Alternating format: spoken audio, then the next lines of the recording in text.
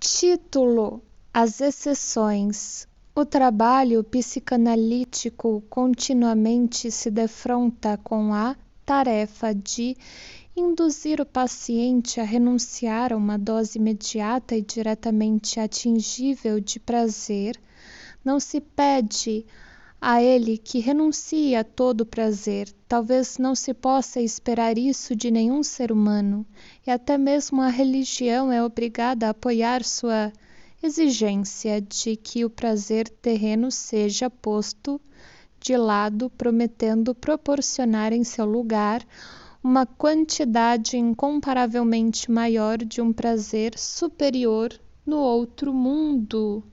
Não apenas se pede ao paciente que renuncie às satisfações que inevitavelmente trarão consequências prejudiciais.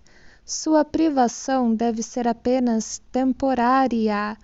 Ele só tem de aprender a trocar uma dose imediata de prazer por uma mais segura, ainda que adiada, ou, em outras palavras, sobre a orientação do médico, pede-se a ele que avance do princípio do prazer para o princípio da realidade, pelo qual o ser humano maduro se distingue de uma criança. Nesse processo educativo, dificilmente se pode dizer que a compreensão interna, insight, mais nítida do médico desempenha um papel decisivo. Via de regra, ele só poderia dizer a seu paciente o que a própria razão deste pode dizer-lhe, mas saber uma coisa em nossa própria mente não é o mesmo que ouvi-la de alguém de fora. O médico desempenha um papel eficaz estranho, faz uso da influência que um ser humano exerce sobre outro, ou, recordando que é hábito da psicanálise substituir o que é derivado e estiolado pelo que é original e básico, digamos que o médico, em seu trabalho educativo, faz uso de um dos componentes do amor. Nesse trabalho de educação posterior, provavelmente nada mais faz do que repetir o processo que de início tornou possível qualquer espécie de educação. Lado a lado com as exigências da vida, o amor é o grande educador, e é pelo amor daqueles que se encontram mais próximos dele que o ser humano incompleto é induzido a respeitar os ditames da necessidade e a poupar-se do castigo que sobrevém a qualquer infração dos mesmos. Quando, desta maneira, pedimos ao paciente que renuncie provisoriamente a alguma satisfação agradável, que faça um sacrifício, que se mostre disposto a aceitar um sofrimento temporário a fim de chegar a um resultado melhor, ou mesmo simplesmente que se decida a se submeter a uma necessidade que se aplica a todos, encontramos indivíduos que resistem a esse apelo por um motivo especial. Dizem que já renunciaram bastante, já sofreram bastante, têm direito de ser poupados de quaisquer outras exigências, não se submeterão mais a qualquer necessidade desagradável, pois são exceções e, além disso, pretendem continuar assim. Nesse tipo de paciente, essa reivindicação se transforma na convicção de que uma providência especial vela por ele, protegendo-o de quaisquer sacrifícios penosos. Dessa natureza, os argumentos do médico nada conseguem contra uma confiança interna que se expressa de forma tão vigorosa quanto esta. Mesmo a influência dele na realidade é inicialmente impotente, ficando evidente para ele que deve descobrir as fontes das quais essa prevenção prejudicial se alimenta. Ora, sem dúvida é verdade que cada um gostaria de se considerar uma exceção e reivindicar privilégios em relação aos demais. Mas, precisamente por causa disso, deve haver uma razão específica e não universalmente presente para que alguém realmente se proclame uma exceção e se comporte como tal. Essa razão pode ser de mais de uma natureza. Nos casos que investiguei, consegui descobrir uma peculiaridade comum: as experiências mais antigas das vidas desses pacientes.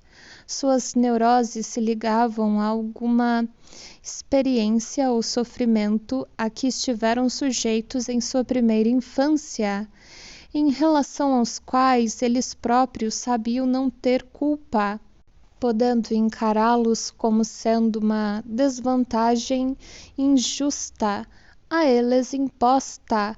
Os privilégios que reclamavam como resultado dessa injustiça e a rebeldia que ela engendrava contribuíram, e não em pequena dose, para intensificar os conflitos que levaram à irrupção de sua neurose.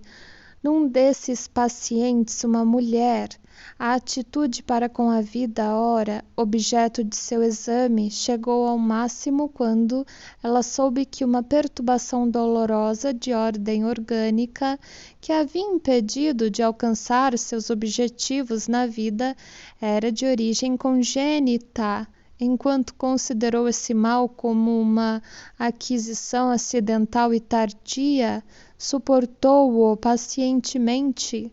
Tão logo, porém, verificou ser ele parte de uma herança inata. Tornou-se rebelde. Um jovem que se acreditava velado por uma providência especial em sua infância fora vítima de uma infecção acidental provocada por sua ama de leite e depois passou toda a sua vida fazendo reivindicações de compensação, uma pensão por acidente, por assim dizer, sem ter qualquer ideia que servisse de base para essas alegações. Nesse caso, a análise que construiu esse fato a partir de resíduos mnemônicos obscuros e de interpretações dos sintomas foi confirmada objetivamente por informações prestadas pela família. Por motivos que serão facilmente compreendidos, não posso alongar-me muito sobre essas e outras anamneses, nem me proponho penetrar na evidente analogia entre deformações de caráter resultantes de uma prolongada doença na infância e o comportamento de nações inteiras cuja história passada foi cheia de sofrimentos. Em vez disso, contudo, aproveitarei a oportunidade para chamar a atenção para uma figura criada pelo maior dos poetas, uma figura em cujo caráter a reivindicação, a exceção que se mostra estreitamente vinculada à circunstância de uma desvantagem congênita, sendo por ela motivada. No monólogo inicial de Ricardo III de Shakespeare, Gloucester, que depois vem a ser rei, diz: "Mas eu não fui talhado para habilidades esportivas, nem para cortejar um espelho amoroso que, grosseiramente feito e sem a majestade do amor, para pavonear-me diante de uma ninfa de lascivos meneios, eu, privado dessa bela proporção, desprovido de todo encanto pela pérfida natureza disforme, inacabado, enviado por ela antes do tempo para este mundo dos vivos, terminado pela metade, isso tão imperfeitamente fora de moda que os cães ladram para mim quando paro perto deles." E assim, já que não posso mostrar-me como amante para entreter estes belos dias da galanteria, resolvi portar-me como vilão e odiar os frívolos prazeres desse tempo. À primeira vista, essa investida talvez dê a impressão de não estar relacionada a nosso presente tema. Ricardo parece nada dizer além de, abre aspas, considero tedioso esses tempos frívolos e quero divertir-me, como não posso desempenhar o papel de amante por causa de minha deformidade, serei o vilão, conspirarei, assassinarei e farei tudo o que quiser. Essa motivação frívola só sufocaria qualquer sentimento de simpatia no auditório, se não fosse um pano de fundo para algo mais grave. Do contrário, a peça seria psicologicamente impossível, pois o escritor deve saber como nos fornecer antecedentes secretos que despertem simpatia pelo seu herói, a fim de que possamos admirar sua ousadia e desembaraço sem protesto interior, e essa simpatia só pode basear-se na compreensão ou no sentimento de uma possível solidariedade interior em relação a ele.